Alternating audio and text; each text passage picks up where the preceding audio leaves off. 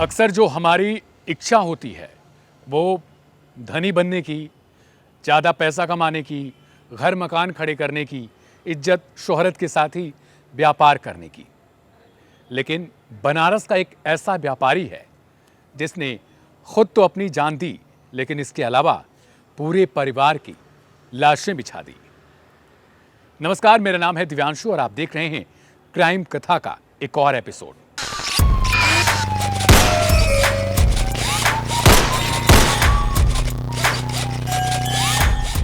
वाराणसी में एक थाना पड़ता है भेलूपुर। इसी के अंतर्गत एक और इलाका आता है भदैनी। इसी इलाके में पुलिस को एक सूचना मिलती है। उस सूचना में बताया जाता है कि एक परिवार है और जब उस परिवार को उठाने की कोशिश की जाती है या फिर कोई व्यक्ति जब जाके दरवाजे को खटखटाता है और कस के धक्का मारता है तो दरवाजा अपने आप खुल जाता है। और जैसे ही अंदर जब जाया जाता है तो उसमें 3 लाशें पहले मिलती हैं। अब इन लाशों को देखकर पहले तो जिसने दरवाजा खोला था वो खुद बेहोश हो जाता है। तो उसने बेहोश होने से पहले थोड़ा सा शोर मचाया था, जिसके कारण जो आसपास के लोग थे वो इकट्ठा होते हैं। अब जब अंदर जाते हैं तो मामला कुछ और ही मिलता है, क्योंकि लाशें बिछी हैं, खून जो है वो चारों तरफ फैले हुए हैं और ऐसा लग रहा था कि जैसे उनको गोली मारी गई है। आसपास के लोग सोचते हैं कि कोई लूट या फिर रात में चोरी जैसा कुछ हमला हुआ होगा इनके ऊपर। उसके बाद पुलिस को सूचना दी जाती है और देखते ही देखते पूरे थाने की पुलिस फोर्स लगातार घर में घुसती जाती है। लोगों में हड़कंप मच जाता है। एक नया एंगल खुल के आता है कि किसी तांत्रिक ने इस परिवार को आगे बढ़ने के लिए इस तरीके का उपाय दिया था। अब वो उपाय क्या था और आखिर इस पूरे परिवार की हत्या किसने की थी, सबसे बड़ा सवाल यह है। जब पुलिस छानबीन करती है तो पता चलता है कि जो परिवार का मुखिया है वो एक व्यापारी है, नाम है राजेंद्र गुप्ता। वो राजेंद्र गुप्ता ही घर में नहीं था, बल्कि वहां पर जिनकी लाशें थी उनमें उसकी पत्नी नीतू गुप्ता, बेटा और बेटी। बेटा भी होनहार था और किसी अच्छी खासी कंपनी में जॉब करता था।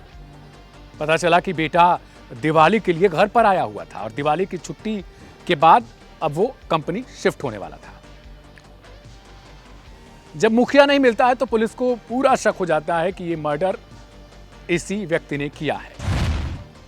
लेकिन अगर वो मिले तब तो कुछ गुत्थी सुलझे। फिर पुलिस को जो सूचना मिली रहती है कि इस किसी तांत्रिक के कहने पर यह सब हुआ है, तो तांत्रिक के कहने पर आखिर किसने किया यह कांड? जब उस व्यक्ति को खोजा जाता है, उस मुखिया को खोजा जाता है, नहीं जो व्यापारी है, और व्यापारी भी कोई छोटा मोटा नहीं, बल्कि उसके पास 4 मकान, और वो 4 मकान कुल लगभग 60 से 70 कमरों के ऊपर के।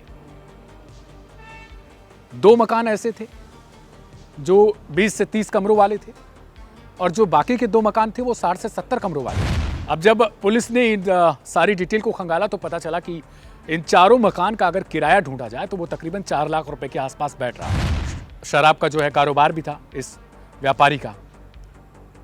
अब धीरे धीरे जब हमने भी इस रिपोर्ट्स को खंगाला तो हमें पता चला कि ये जो व्यापारी था, इसकी 28 साल पहले इसकी पहली पत्नी से मारपीट हुई थी, झगड़ा हुआ था। इस झगड़े के कारण वो पत्नी छोड़कर इसको चली गई, यानी इसी शराब व्यापारी को। उसके बाद इसके पिता, इसके भाई ने विरोध किया। विरोध करने पर इसने तुरंत पिस्टल निकाली और उन दोनों की भी हत्या कर दी। हत्या के बाद वहां एक गार्ड भी रहता है, वो भी दौड़कर आता है, और एक गनर रहता है प्राइवेट, वो भी आता है कि ऐसा क्यों कर रहे हैं। और चूंकि अब इसने हत्या कर दी थी तो इससे डर लग रहा था कि ऐसा ना हो कि सबूत यही बन जाए, उन सबको भी मार डाला। फिर उसके बाद बचती है एक उसकी बूढ़ी मां। हालांकि उसे उस दौरान पता नहीं रहता कि उन्होंने सब कुछ देखा है। मामला कोर्ट में पहुंचता है। कोर्ट में जो बूढ़ी मां रहती हैं वो गवाही दे नहीं पाती हैं। साक्ष्यों के अभाव के कारण कोर्ट कोई सजा नहीं दे पाती। जेल में रहता है, जमानत से बाहर आ जाता है, दूसरी शादी करता है। शादी के बाद धीरे धीरे फिर से अपनी जो व्यापारिक रिश्ते थे वो सही सलामत करता है, तमाम तरीके से आगे बढ़ता है और जो धन दौलत है वो इकट्ठा करता रहता है। अब हाल ही में उसका शराब का जो व्यापार था वो बहुत अच्छे तरीके से नहीं चल पा रहा था उसके मुताबिक। हर जगह से वो कोशिश कर लेता है, जब हार जाता है तो वो एक तांत्रिक के पास पहुंचता है। तांत्रिक उसे राय देता है कि तुम्हारी बढ़ोतरी में तुम्हारी बीवी रोड़ा बन रही है। अब तांत्रिक को यह बात कैसे पता चली? जब हमने और सारी डिटेल्स खंगाली तो हमें पता चला कि अक्सर इस वाली बीवी से भी, जो ये पत्नी दूसरी वाली थी, इससे भी उस व्यापारी की बनती नहीं थी। क्यों? क्योंकि ये किसी और औरत के चक्कर में, लड़की के चक्कर में पड़ चुका था, यानी एक और शादी करना चाहता था, तीसरी शादी। अब दूसरी पत्नी चाहती थी कि यह शादी न करे, इसकी वजह से यह परेशान रहता था और तांत्रिक ने भी उपाय बता दिया कि तुम्हारी पत्नी ही तुम्हारे व्यापारिक बढ़ोतरी में रोड़ा बन रही है।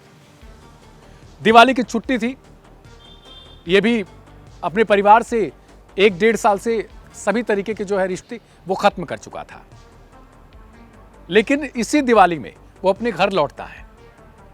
अपनी पत्नी, बेटे, बेटी सबके साथ पहले तो दिवाली मनाता है। दिवाली की छुट्टी जैसे ही बीतती है, बेटा अपने वापस काम पर लौटना चाहता है और सब कुछ वापस फिर से दिवाली के पहले जैसा होना चाहता है, लेकिन इसने भोर के समय उठकर पहले तो पत्नी को मारा, बेटी को मारा, बेटे को मारा। जब इन सब कुछ मौत की नींद सुला दिया, उसके बाद वहां से भाग निकलता है। भागने के बाद कुछ ही दूर पर इसका एक और नया मकान बन रहा होता है और उसी मकान के आसपास इसकी लाश बरामद की। यह लाश अर्धनग्न अवस्था में होती है और इसके बगल में ही एक पिस्टल पड़ा होता है। अब पुलिस को पूरा शक हो जाता है और लगभग ये मामला मान लिया जाता है कि ये जानबूझकर किसी कारणवश अपने पहले पूरे परिवार को खत्म करता है और उसके बाद खुद को भी गोली मार देता है। जहां लाखों की कमाई होती है, वो घर परिवार, वो किराया जो महीना में आता था, वो सब कुछ होने के बावजूद एक व्यक्ति एक तांत्रिक के कहने पर अपने पूरे परिवार का सत्यानाश कर देता है। अब तक की अपनी पूरी जिंदगी में इसने 8 हत्याएं की थी और ये हत्याएं केवल अपनों की थी, जिसमें बाप, पत्नी, बेटे, बेटी, भाई, गार्ड, गनर, सबको खत्म करने के बाद अपनी भी जिंदगी नहीं बख्शता है। अब पुलिस को तलाश है उस तांत्रिक की। अब वो तांत्रिक मिलता भी है या नहीं भी मिलता, लेकिन एक परिवार पूरी तरीके से खत्म हो गया। इस पूरी घटना को लेकर पहले हम आपको सुनवाते हैं कि वहां के जो पुलिस प्रशासन के लोग हैं वो क्या बता रहे हैं। अभी भेलूपुर थाना क्षेत्र में ये सुबह 112 पे सूचना मिली थी कि एक ही परिवार के बीवी और 3 बच्चों की हत्या कर दी गई है। यहाँ पे तत्काल मौके पे पुलिस पहुंची थी और इनकी जो यहाँ पे माता जी रहती थी, उन्होंने बताया कि ये पारिवारिक विवाद कुछ चल रहा था इनका पिछले कुछ वर्षों से, उसी में ये हत्या हुई है। अभी पुलिस इसमें जाँच कर रही है कि किसने ये कारित की है हत्या और क्या कारण रहा। मत बताया जा रहा है कि जो पति है राजेंद्र गुप्ता, उस पर शक जताया जा रहा है क्योंकि उसने पहले भी हत्या की चुकी है, ऐसा बताया जाता है, और अभी जो है वो फरार भी चल रहा है। राजेंद्र गुप्ता के ऊपर पूर्व में भी मुकदमा चला है हत्या का 1997 में। उसके बाद इसके पर 2 और मुकदमे रहे हैं और अभी ये फरार हैं। अभी इनकी तलाश जारी की जा रही है। अब ऐसी घटनाओं को सुनने और समझने के बाद एक सवाल खड़ा होता है कि क्या वास्तव में जिंदगी में आने वाली बाधाओं को अंधविश्वास के माध्यम से दूर किया जा सकता है? वास्तव में देखा जाए तो ऐसा कुछ भी नहीं होता। आपकी जो भी बाधाएं हैं जिंदगी की, व्यापार की, वो आप खुद अपनी सोच और समझ के साथ ही दूर कर सकते हैं। फिलहाल आज के इस स्टोरी में इतना ही। बाकी की ढेर सारी खबरों और सूचनाओं से अपडेट रहने के लिए सब्सक्राइब करें लाइव हिंदुस्तान। नमस्कार।